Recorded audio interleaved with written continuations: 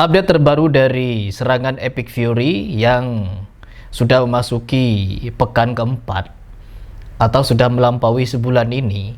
Serangan terbarunya yaitu membuat ledakan yang sangat luar biasa ketika menyasar beberapa titik strategis militer Iran di Teheran.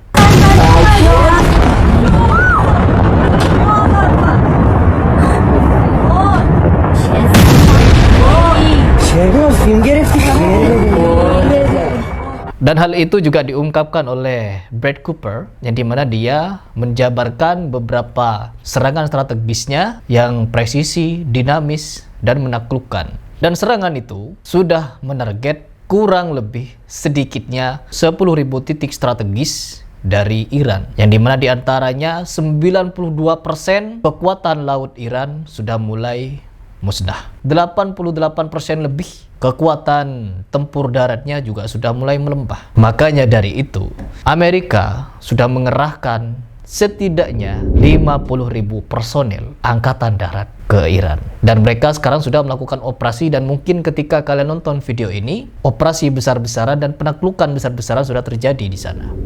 Sehingga apa? Pintu penaklukan kepada rezim teroris Iran sudah mulai dekat. Dan kabar baiknya apa bagi pendukung Palestina? Insya Allah Palestina akan segera merdeka dan tidak akan ada lagi konflik yang ditimbulkan oleh Syiah Rafidhah di Iran. Dan bahkan ini diungkapkan oleh ulama di Palestina. Dan saya akan sisipkan videonya di paling akhir. Namun sebelum itu, kalian coba simak penjelasan dari Brad Cooper tentang serangan atau rangkuman dari Epic Fury dalam pekan keempat ini.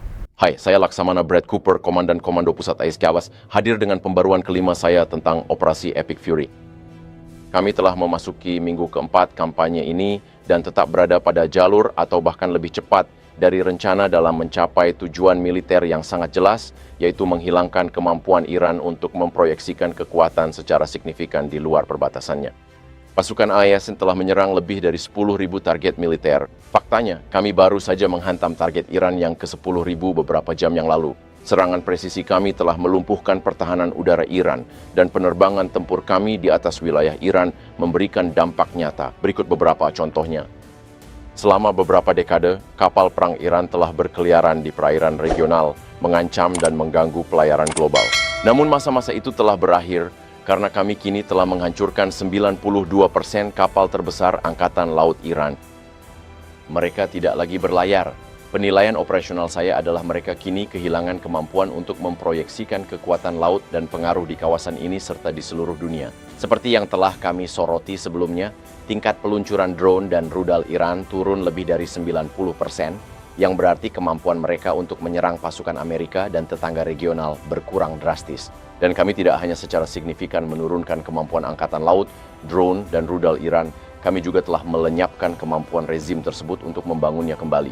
Sebelum operasi Epic Fury, Iran memiliki kapasitas manufaktur skala besar tidak hanya untuk membangun kapal laut, rudal, dan drone serang, tetapi juga untuk memajukan dan menyebarkan teknologi ini ke aktor jahat regional dan global. Hari ini, kami telah merusak atau menghancurkan lebih dari 2/3 fasilitas produksi rudal, drone, dan angkatan laut serta galangan kapal Iran, dan kami belum selesai. Kita sedang dalam jalur untuk sepenuhnya melenyapkan aparatus manufaktur militer Iran yang lebih luas. Itulah sebabnya penilaian operasional saya terus menunjukkan kemampuan tempur Iran menurun seiring kemampuan tempur Amerika Serikat yang terus meningkat. Pasukan Amerika Serikat mempertahankan keunggulan udara di atas langit Iran setelah kini menerbangkan lebih dari 10.000 penerbangan tempur.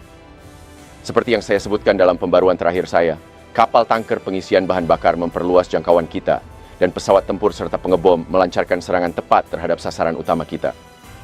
Izinkan saya menyoroti pasukan pengebom B-52 kita yang melakukan serangan bervolume tinggi ke Iran dan menunjukkan dominasi kita yang tak tertandingi di udara. Kini dalam dekade ke-8 penerbangannya, pengebom B-52 kita melakukan serangan ke Iran dengan amunisi hingga 70.000 pon di setiap misi. Pilot dan awak pesawat B-52 kami mewujudkan keberanian dan ketangguhan lebih dari 50.000 putra dan putri Amerika yang bertugas berseragam selama operasi ini. Tidak ada musuh yang terlalu gigih, tidak ada misi yang terlalu sulit, dan tidak ada tugas yang terlalu berat bagi tentara, pelaut, penerbang, marinir, penjaga, dan penjaga pantai kami. Saya sangat bangga dengan pasukan kami, dan saya tahu rakyat Amerika juga merasakan kebanggaan yang sama. Terima kasih banyak. Semoga sukses. Nah, itu adalah gambaran agar kalian berpikir betapa dahsyatnya serangan Amerika dan betapa kuatnya kekuatan mereka untuk meruntuhkan rezim teroris ini. Nah, lalu bagaimana dengan tanggapan dari ulama-ulama di Palestina tentang runtuhnya rezim teroris ini? Ya, kalau ulamanya pasti akan berbahagia dengan tumbangnya rezim teroris ini. Lalu dengan masyarakatnya, banyak juga yang bersyukur karena mereka tahu bahwa Syiah Iran ini adalah pembunuh kaum muslimin. ايش بتعرف عن ايران؟ يعني إيران في الأول والآخر من الدول اللي أكثريتها شيعة تسعى إلى ما تسعى إليه أمريكا في اعتقادي في تدمير الوطن العربي. فيها اللي هو غلو ومغالاة في الدين ونقص في القرآن الكريم. هي دولة كفر مش دولة إسلامية، هم ادعوا إنها دولة إسلامية. إيش يعني إيران؟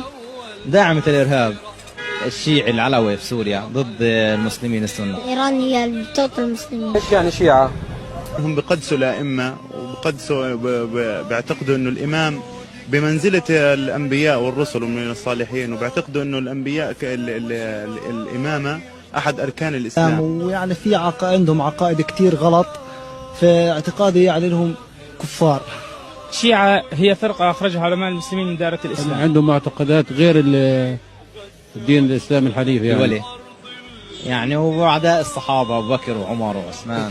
في الظاهر يعني الشيعة يدعون أنهم مسلمين، ولكن هم في الحقيقة يعتقدون باعتقادات قد تخرجهم من الملة وتوصلهم إلى الشرك. أكيد إيران لها دور كبير، يعني هي اللي دعمت حزب الله في سوريا Di mana ada Syiah Rafidhah, di situ ada kekacauan, kehancuran, pertumpahan darah. Kurang bukti apa lagi? Kurang data apa lagi? Nah, sekarang sebagai penutup simak penjelasan dari seorang ulama Sunni tentang hal ini. Assalamualaikum warahmatullahi taala wabarakatuh. Alhamdulillah wassalatu ala rasulillah. Di saat ini kita mendengar beberapa video viral.